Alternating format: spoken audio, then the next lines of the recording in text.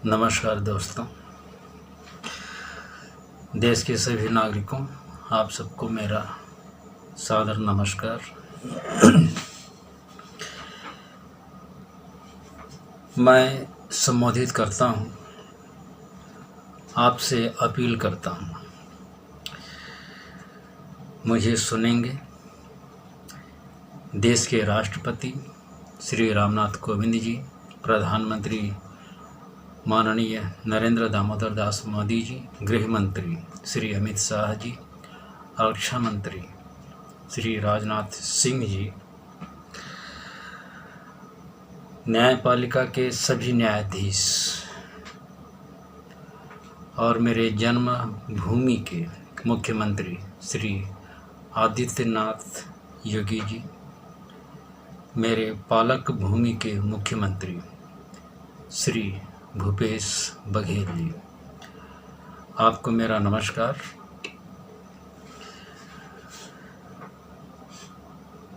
आप सभी को मेरा नमस्कार। यह वीडियो आप सबको संबोधित करते हुए बना रहा हूँ। आशा करता हूँ यह वीडियो आप तक पहुँचेगा और आप देखेंगे और राष्ट्रहित के अनुरूप पाए जाने पर ठोस कदम उठाएंगे। देशवासियों और सभी प्रशासनिक व्यक्ति, देश में ईश्वर का व्यापार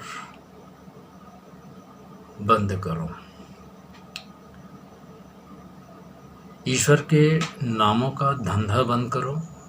ईश्वर, अल्लाह, यहोवा, भगवान, परमात्मा, परमेश्वर के नामों का अनुचित लाभ लेना बंद करो और बंद करवाओ।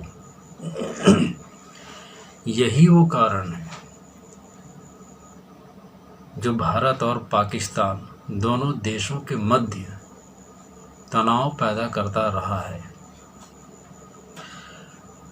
आप, भारत सरकार, राष्ट्र की जनता आतंकवादी गतिविधियों के कारण बहुत परेशान है, जिसमें लव जिहाद की घटना भी शामिल है। भारत सरकार पाकिस्तान को बहुत समझाने की कोशिश किया, बॉर्डर पर तनाव कम करे, गोला बारूद और गोली बंदूक का उपयोग बंद करे, लेकिन पाकिस्तान नहीं मान रहा है। सरकार कश्मीर में आतंकवादी गतिविधि पर अंकुश लगाने हेतु मुहिम छेड़ रखा है। सैनिक कार्रवाई द्वारा आतंकवादी को मारकर आतंकवाद की समस्या से छुटकारा पाना चाहते हैं, लेकिन आतंकवाद की समस्या बनी हुई है। यह सही है, वर्तमान में की गई सैनिक कार्रवाई से कश्मीर में बहुत शांति आई है।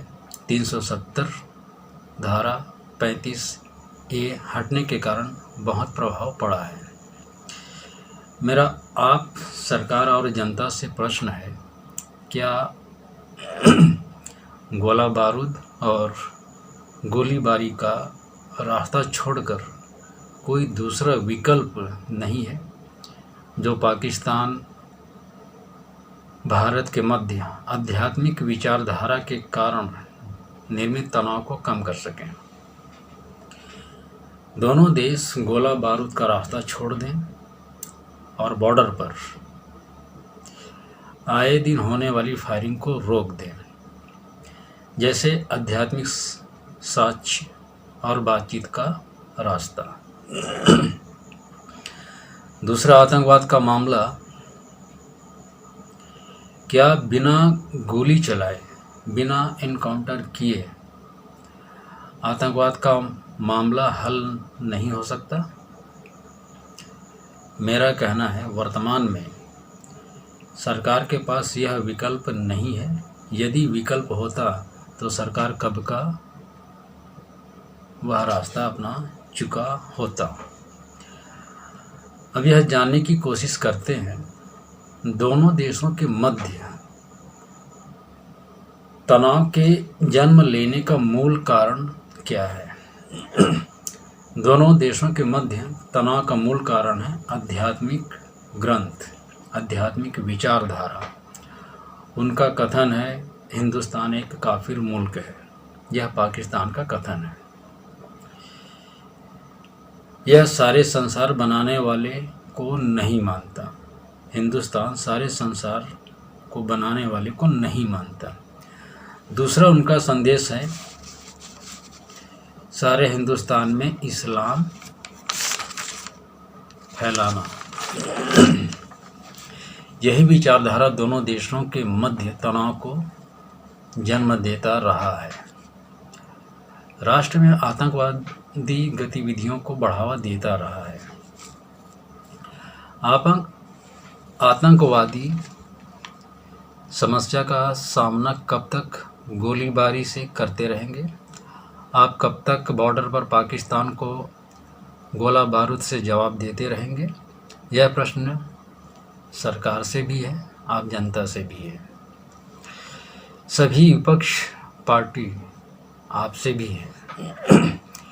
कब तक आप गोला बारूद सैनिक कार्रवाई करते रहेंगे?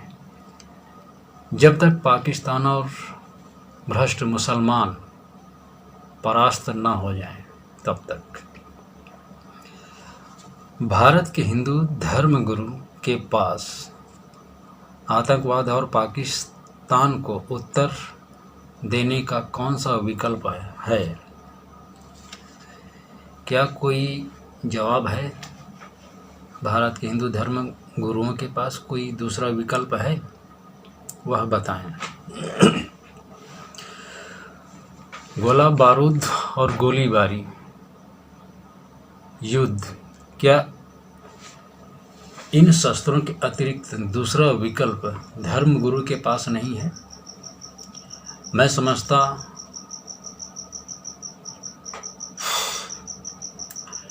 मैं समझौता की बात नहीं कर रहा हूं। आप अपने धर्म का अनुसरण करें, हम अपने धर्म का अनुसरण करें। ये समस्या का समाधान नहीं है। पाकिस्तान के धर्मगुरु व सरकार भी नागरिक के भोले भाले लोगों को संदेश देता है अल्लाह के सिवा किसी और शक्ति ने पूरी दुनिया, सारी कायनात की हर चीज़ को नहीं बनाई है, सिर्फ अल्लाह ने बनाई है।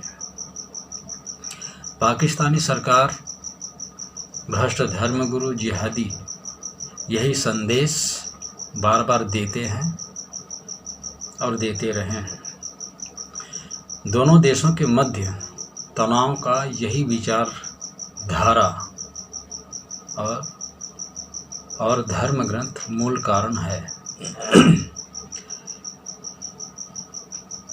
भारतीयों के पास का धर्म ग्रंथ, पाकिस्तान के पास का धर्म ग्रंथ, इनकी अपनी उपासना विधि, ये मूल कारण है। अगर इन धर्म ग्रंथ की बातों को तोड़ मड़ोड़ कर प्रस्तुत करना, मति भ्रम करने वाली बातें कहना, इन तरीकों का कोई तोड़ मिल जाए, तब समस्या का समाधान मिल जाएगा। पाकिस्तान हमेशा से ललकार कर कहता रहा है सारे संसार में सिर्फ अल्लाह की इबादत करवाएंगे। मुसलमान कहते हैं अल्लाह के सिवा इबादत करने वाले का कत्ल कर दो। ध्यान दो, वो कहते हैं अल्लाह के सिवा इबादत करने वाले का कत्ल कर दो। पाकिस्तान कहता है सारे हिंदुस्तान में अल्लाह की इबादत करवाएंगे, इस्लाम फैलाएंगे। यही विचारधारा दोनों देशों के मध्य तनाव पैदा करता रहा है। भारत इसका समाधान बातचीत से हल करने की कोशिश करता रहा है और गोला बारूद से भी हल करता रहा है।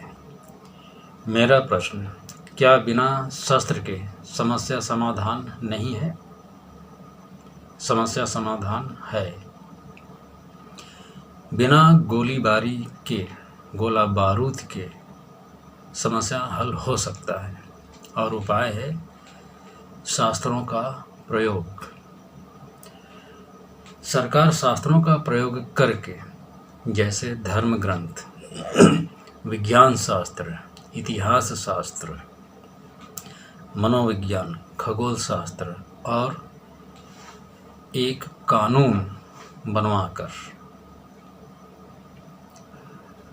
कानून का शीर्षक होगा भारत में, हिंदुस्तान में शीर्षक है ईश्वर का व्यापार बंद करो, और दूसरी तरफ पाकिस्तान में शीर्षक होगा अल्लाह का व्यापार बंद करो। यह कानून और शास्त्रों का प्रयोग बिना गोलीबारी के और गोला बारूद के आतंकवाद की समस्या हल करेगा, बॉर्डर पर गोला बारूद की घटना को रोकेगा। आप याद कीजिए, पाकिस्तान के कारण भारत के कितने जवान और आम नागरिकों की जान गई है। यह कानून लोगों को असत्य कहने से रोकेगा, मति भ्रम करने वाले उपदेश को रोकेगा, धर्म ग्रंथ के दुरुपयोग को रोकेगा, उन पर रोक लगाएगा। जैसे धन प्राप्ति हेतु, प्रसिद्धि हेतु, मान सम्मान प्राप्ति हेतु धर्म ग्रंथ का उपयोग करना। जिन कथनों को सत्यापित नहीं किया जा सकता, ऐसे कथनों पर रोक लगाएगा। धर्म ग्रंथ का दुरुपयोग करके दान उपहार की वस्तु प्राप्त करके अय्यासीपूर्ण जीवन पर रोक लगाएगा। वचन का पालन न करने पर रोक लगाएगा। यह कानून बहुत ही शांतिपूर्वक दोनों देशों के मध्य तनाव को कम करने में सक्षम है। यह मेरा मत है, बाकी आप लोगों का सुझाव चाहूँगा। आतंकवाद को समाप्त करने में सक्षम है। अतः भारत की सरकार से और आप जनता से अपील करता हूँ, भारत एक लक्ष्य बनाए, आप जनता एक लक्ष्य बनाए। पहले भारत में ईश्वर का व्यापार बंद करो, यह कानून बनवाएंगे। उसके बाद भारतीयों का लक्ष्य होगा पाकिस्तान में अल्लाह का व्यापार बंद करो, यह कानून बनवाएंगे। पाकिस्तान में कानून बनवाने का कार्य विश्व मंच के माध्यम से संभव होगा। मैं आपको बताना चाहूँगा अपने ब्लॉग के बारे में। मैंने इससे संबंध अपने विचार और कानून की, प्रस्तावित कानून की जानकारी लिखी है, आप उसे ज़रूर देखें। मेरा ब्लॉग mygodcell.blogspot.com, इस वेबसाइट को देखें, ब्लॉग को देखें। मैंने ईश्वर का व्यापार बंद करो, इसके अंतर्गत 21 लाइन प्रस्तावित कानून के रूप में सुझाव दिए हैं। उसे आप, सरकार और आम नागरिक, आप सभी पढ़ें, समझें। इस कानून को बनवाने के बाद देखो किसमें कितना दम है। हिंदुस्तान में कितना दम है, मुसलमान में कितना दम है, इसके कथनों का भेद बताकर देखो। पाकिस्तान और हिंदुस्तान आमने सामने आकर देखो। पाकिस्तान में धार्मिक नियम कानून क्या होगा? क्या धर्म ग्रंथ कुरान का पाकिस्तान में इसके व्यापार को बढ़ावा दिया जाएगा अथवा निस्वार्थ विचारधारा से प्रेरित होगा? यही बात भारत के संबंध में भी है। भारत में धार्मिक नियम कानून क्या होगा, यहाँ की रीति रिवाज क्या होगी, क्या यह व्यापार को बढ़ाने वाला होगा अथवा निस्वार्थ विचारधारा से प्रेरित होगा। इस कानून के संबंध में विज्ञान की भूमिका क्या होगी। सृष्टि के संबंध में विज्ञान भी साक्ष्य देगा। ब्रह्मांड का विस्तार कैसे हुआ, आकार निराकार से आकार, संसार का निर्माण कैसे हुआ, अजन्मा का अस्तित्व कैसे प्रकट हुआ, विज्ञान तस्वीर सहित स्पष्ट साक्ष्य देगा। विज्ञान दोनों धर्म ग्रंथों के संबंध में धर्म गुरुओं के मति भ्रम को दूर करेंगे। जो सत्य के अस्तित्व को छुपाता है, ऐसे वचनों के रहस्य को बताएंगे, उसको समझाएंगे। आपसे एक प्रश्न पूछता हूँ, क्या इंसानों द्वारा समस्त संसार निर्माता की स्तुति, उसकी आराधना, उसकी उपासना इतना आसान है कि धरती पर वह बुलंद आवाज़ में चिल्लाए, मुफ्त की दान उपहार की वस्तु का सेवन करे और लोगों से मेहनत करवाए, उन पर जुल्म करे। उदाहरण के लिए सदियों से दलित समुदाय को हिंदू की उच्च जाति के लोगों ने बहुत लूटा है, उन पर जुल्म किया है, उनकी हत्या की, उनकी बहन बेटियों के साथ बलात्कार किया। इसका फायदा उठाकर जुल्मों से बचाने के नाम पर मुस्लिम और ईसाई ने उनका धर्म परिवर्तन करवाए हैं। उन्होंने भी ईश्वर का व्यापार किया, अल्लाह का व्यापार किया, यहोवा का व्यापार किया। इस कानून से ईश्वर का व्यापार बंद करो। इस कानून से दलितों को भी बहुत लाभ मिलने वाला है। आप कानून को पढ़कर देखिए, आपको क्या लाभ मिल सकता है। इस कानून से आतंकवाद का खात्मा कैसे होगा, इस बात को ध्यान देंगे। मैंने कोशिश की है अपनी बात आपके समक्ष रखने की। मैं पढ़कर बोल रहा हूँ आज, इससे पहले मैंने बिना पढ़े अपनी बातें कही थी।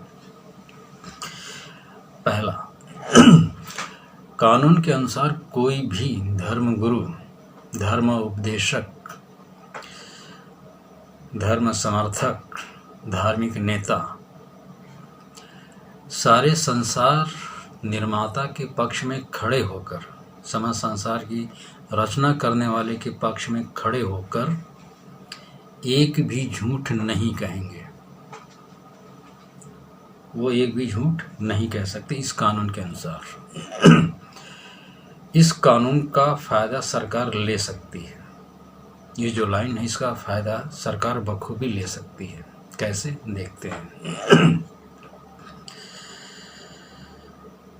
जिन धर्म गुरु पर शंका हो, भारत के जिन धर्म गुरु पर शंका हो,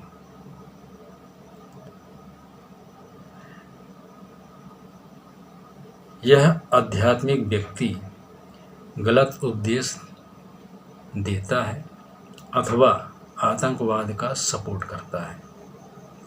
कश्मीर में बहुत से धर्मगुरु आतंकवाद को सपोर्ट करते हैं और गलत उपदेश देते हैं, इसे ध्यान दीजिएगा।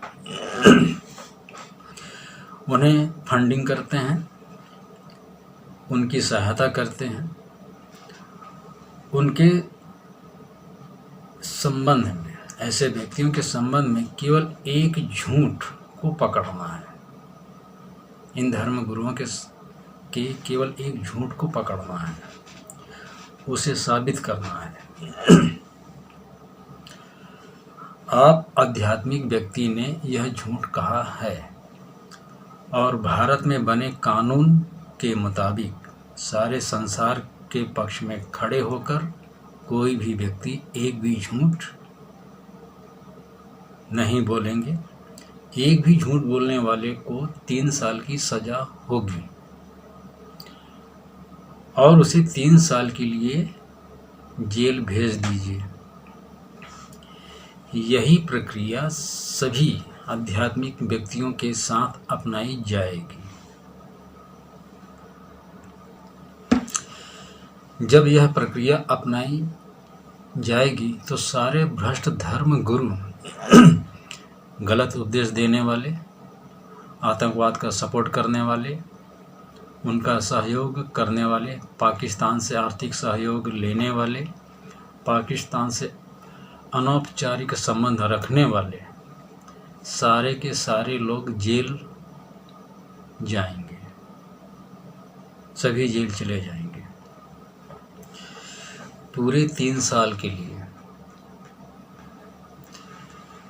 ये 3 साल के लिए इनको जेल भेज दिया जाएगा कानून के मुताबिक, जो प्रस्तावित कानून है उसके मुताबिक। तो आतंकवादियों की सहायता कौन करेगा? इनमें से कोई भी नहीं। आतंकवाद को बढ़ावा देने वाले, गलत उपदेश देने वाले जेल में होंगे, तो गलत उपदेश कौन देगा? इनमें से कोई नहीं। अब आते हैं दूसरे कानून पर। दूसरे कानून के अनुसार सारे संसार निर्माता के पक्ष में, समस्त संसार की रचना करने वाले के पक्ष में, धर्म का उपदेश करने वाले धर्म समर्थक, धर्म गुरु, धार्मिक नेता केवल और केवल अपनी मेहनत की कमाई खाएंगे। अपनी मेहनत की कमाई से प्राप्त धन संपदा का उपयोग करेंगे। दान उपहार की और सहायता राशि से प्राप्त धनराशि और संपत्ति सीधे सरकारी खजाने में जमा कर लिया जाएगा। ये दूसरा कानून। अतः जब इनके पास धन नहीं होगा, प्रॉपर्टी नहीं होगी, तो ये आतंकवादी को आर्थिक सहायता कैसे देंगे? उन्हें आर्थिक सहयोग नहीं कर पाएंगे। पाकिस्तान से प्राप्त सहायता राशि भी सरकारी खजाने में जमा करा ली जाएगी कानून के मुताबिक। केवल एक झूठ कानून भी सहयोगी होगा। तो आतंकवादियों को गोली बंदूक बारूद कौन लाकर देगा? कोई नहीं। अतः आतंकवादी गतिविधि रुक जाएगी। इन दोनों लाइनों को ध्यान देंगे हो तो दोबारा सुन लीजिए। इसके साथ साथ आध्यात्मिक गुरु के कारण तनाव बढ़ाने वाले उपदेश देना, गलत उपदेश देना भी बंद हो जाएगा। तब कश्मीर में तनाव भी खत्म हो जाएगा। पाकिस्तान भी,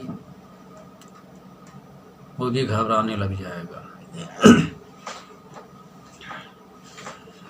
अब बात आती है पाकिस्तान के ऊपर कैसे प्रतिबंध लगाएं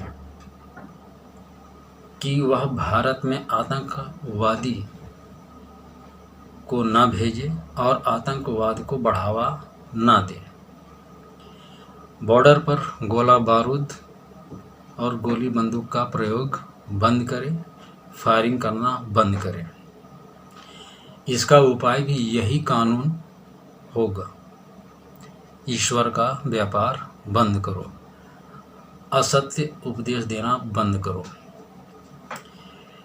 इस कानून का उपयोग करके ऊंची आवाज में उपदेश देने वाले धर्मगुरु व भाषण देने वाले नेता अथवा आम नागरिक को उनके द्वारा सारे संसार निर्माता के पक्ष में खड़े होकर केवल एक झूठ कहने पर 3 साल के लिए जेल भेज दो। ध्यान दें, कानून में प्रावधान है गलती सुधारने हेतु प्रथम बार 3 अवसर प्राप्त होंगे, चौथी बार सीधे जेल भेजा जाएगा। द्वितीय बार परिस्थिति अनुसार न्यायपालिका अपनी विवेक अनुसार निर्णय लेंगे। वो गलती सुधारने का अवसर देंगे अथवा नहीं, ये न्यायाधीश का अपना निर्णय होगा। दूसरा, इस कानून का उपयोग करके मुसलमानों की संपत्ति जब्त कर लो। केवल उनके पास जो उनकी मेहनत की संपत्ति है उसे छोड़ दो। अन्य संपत्ति चल अचल जब्त कर लो। ऐसा करने पर बहुत सारे मुसलमान जेल चले जाएंगे, साथ ही उनकी मेहनत के अतिरिक्त जो संपत्ति धन राशि होगी वह जब्त हो जाएगी, सरकारी खजाने में जमा हो जाएगा। यह जानकारी पाकिस्तान को होगी, तब पाकिस्तान विश्व मंच पर जाएगा। विश्व मंच से शिकायत करेगा, आवाज़ उठाएगा, कहेगा भारत ध्यान दें, भारत के नागरिक ध्यान दें। पाकिस्तान विश्व से कहेगा भारत मुसलमानों पर जुल्म कर रहा है। पाकिस्तान विश्व से कहेगा भारत मुसलमानों पर जुल्म कर रहा है। यह पाकिस्तान विश्व से कहेगा, तब विश्व के सारे देश पाकिस्तान से प्रश्न पूछेगा भारत कैसा जुल्म कर रहा है। तब पाकिस्तान कहेगा भारत मुसलमानों को केवल एक झूठ कहने पर 3 साल के लिए जेल भेज रहा है। केवल एक झूठ कहने पर 3 साल के लिए जेल भेज रहा है और उनकी कमाई को सरकारी खजाने में जमा करवा रही है। पाकिस्तान इस संबंध में उपलब्ध साक्ष्य विश्व मंच पर प्रस्तुत करेगी। आगे कहने से पहले बताता चलूं कि भारत कानून का उपयोग करके झूठ बोलने वाले मुसलमान को जेल भेजें, उनकी मेहनत के अतिरिक्त दान उपहार की धनराशि सहायता राशि को सरकारी खजाने में जमा करके पाकिस्तान द्वारा रिपोर्ट मांगने पर जिन पर कार्रवाई की गई है उनसे संबंधित साक्ष्य और जानकारी पाकिस्तान को बड़े प्यार से सौंप दें। लो भाई, ये साक्ष्य है, हमने इतने मुसलमानों को जेल भेजा है और ये उसका साक्ष्य है। भारत पाकिस्तान को सौंप दे।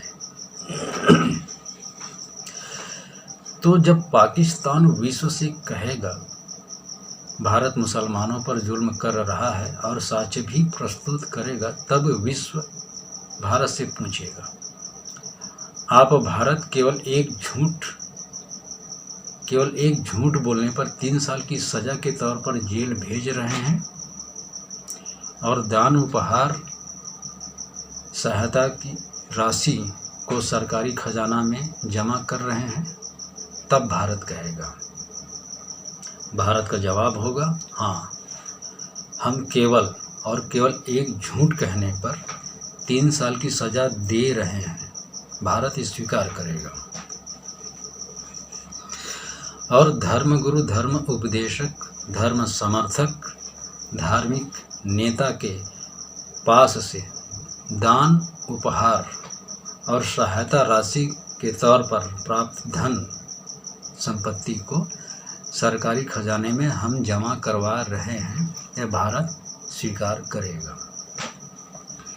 क्योंकि हमारे देश में, भारत विश्व से कहेगा हमारे देश में ईश्वर का व्यापार हम बंद करवा रहे हैं, हमारे देश में ईश्वर का व्यापार नहीं होगा। सारे संसार की रचना करने वाली की राह पर चलने वालों को सिर्फ सत्य कहना होगा, एक भी झूठ नहीं कहेंगे और सिर्फ अपनी मेहनत की खानी होगी। दान उपहार की वस्तु का वो उपयोग नहीं करेंगे, क्योंकि संसार की रचना करने वाली शक्ति आज भी मेहनत करती है। तब हमें संसार में पेड़ पौधे, पशु पक्षी, जीव जंतु, मनुष्य दिखाई देते हैं, बरसात होती है। इनका अस्तित्व सुरक्षित है।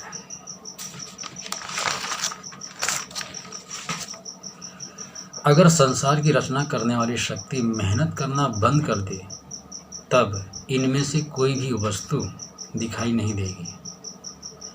दूसरा कारण, हमारे देश में धार्मिक ग्रंथों का दुरुपयोग हो रहा है। उसके शब्दों को तोड़ मड़ोड़ कर बुद्धि को भ्रमित करने वाला उपदेश दे रहे हैं, जिससे आध्यात्मिक सत्य के अस्तित्व को नुकसान पहुंच रहा है। सृष्टि की रचना का सत्य उसे हानि पहुंच रही है।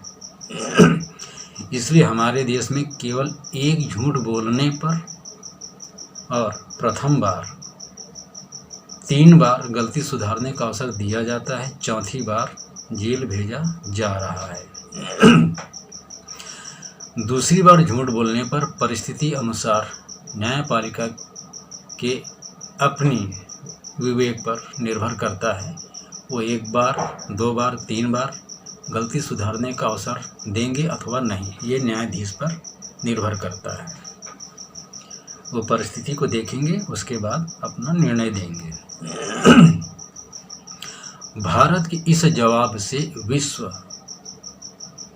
के लोग शांत होंगे। प्रश्न तो होंगे, कई प्रश्न होंगे, पर भारत के पास एक बेहतर जवाब है। विश्व को शांत होना होगा। भारत के इस जवाब से विश्व शांत होगा। विश्व जेल में भेजे गए मुसलमानों को रिहा करने की बात नहीं कह सकते। सरकारी खजाने में जमा धन राशि को वापस करने की बात नहीं कह सकते।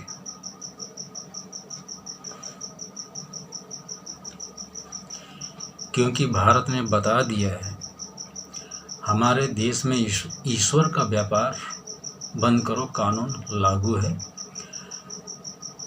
हम पाकिस्तान में अल्लाह का व्यापार बंद करो कानून लागू करवाएंगे, क्योंकि पाकिस्तान की वजह से पूरा विश्व आतंकवादी समस्या से परेशान है। इसलिए तो विश्व शांत हो जाएगा। देशवासियों और देश के प्रशासक, आप ध्यान देंगे, मैं कितना सही हूँ आप समझेंगे। मैं अपनी बात कहता हूँ। अब बात आती है, पाकिस्तान में अल्लाह का व्यापार बंद करो, यह कानून कैसे लागू होगा? तो जवाब है, कानून बनाने के लिए दबाव बनाना होगा। पाकिस्तान आप कहते हैं, पाकिस्तान पर दबाव कैसे बनाना है? प्रश्न पूछेंगे, पाकिस्तान आप कहते हैं, हम सारे संसार की रचना करने वाले की राह पर चलने वाले बंदे हैं, उपासक हैं। तो साबित करो। आप हमेशा सत्य कहते हैं, आप अपनी मेहनत की खाते हैं, किसी पर जुल्म नहीं करते हैं, किसी को धोखा नहीं देते हैं, किसी के साथ फरेब नहीं करते हैं। इसके संबंध में साक्ष्य प्रस्तुत करो। इसके साथ साथ जिस तरह का कानून भारत में लागू है, ईश्वर का व्यापार बंद करो, ईश्वर का अपमान करना बंद करो, इसी तरह का कानून पाकिस्तान में भी लागू करो। अल्लाह का व्यापार बंद करो, अल्लाह का अपमान करना बंद करो। जब तक पाकिस्तान में यह कानून लागू नहीं होगा, तब तक भारत की जेल में बंद मुसलमानों को रिहा नहीं किया जाएगा। धर्म उपदेशक नेता को जो जेल में बंद है, उन्हें रिहा नहीं किया जाएगा। हमारे देश में यह कानून सभी धर्म के लोगों पर लागू है, सभी धर्म के लोगों पर लागू, केवल मुसलमान पर नहीं, सभी धर्म के लोगों पर लागू है। लेकिन चूंकि मुसलमान जब जेल जाएंगे तो पाकिस्तान विश्व से यही कहेगा कि भारत मुसलमानों पर जुल्म कर रहा है, वह एक झूठ पर 3 साल के लिए जेल भेज रहा है और उनकी संपत्ति को जब्त कर रहा है। ये आरोप लगाएगा और उसे लगाना पड़ेगा, उसे चिल्लाना पड़ेगा, ये ज़रूर चिल्लाएगा। अतः भविष्य में भी यही कार्रवाई होती रहेगी, जेल भेजने की कार्रवाई और संपत्ति जब्त करने की कार्रवाई। दान उपहार की जो भी राशि प्राप्त होगी धर्म गुरुओं को, वो सीधे सरकारी खजाने में जमा करवा दिया जाएगा सरकार के द्वारा, न्यायपालिका के द्वारा। तो यह प्रारूप होगा पाकिस्तान पे दबाव बनाने का और वहाँ कानून लागू करवाने का ये उपाय है। इस तरह पाकिस्तान बॉर्डर पर तनाव कम करने हेतु विवश होगा, आतंकवाद को बढ़ावा नहीं देगा, अन्य बातें अपनी विवेक से समझें। इस कार्रवाई से पाकिस्तान विवश हो जाएगा, बॉर्डर पर तनाव कम करे, गोला बारूद फोड़ना बंद करे, गोली बंदूक का उपयोग बंद करे। तो मैंने अपनी बातें कह दी हैं, अन्य बातें आप अपनी विवेक से समझें। आप नागरिक और देश की सरकार, देश के न्यायपालिका, मैंने आतंकवाद समाप्त करने के संबंध में पाकिस्तान और भारत दोनों देशों के बीच तनाव को समाप्त करने के संबंध में सुझाव दिया है। जो मेरी समझ में था उसके अनुसार मैंने आपको सुझाव दिया है। आशा करता हूँ मेरा सुझाव सही हो और देश के लिए उपयोगी हो। ईश्वर की छत्र छाया में आपको मार्गदर्शन प्राप्त हो।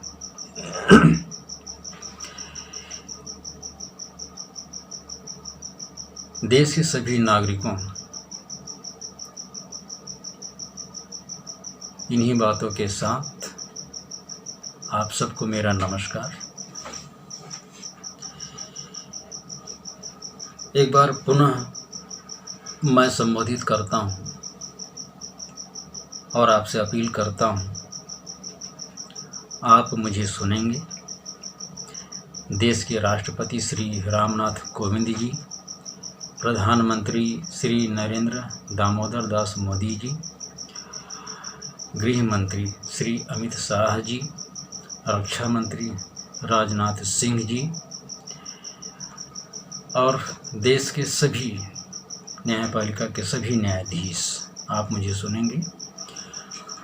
और मेरे जन्मभूमि के मुख्यमंत्री, उत्तर प्रदेश के मुख्यमंत्री श्री आदित्यनाथ योगी जी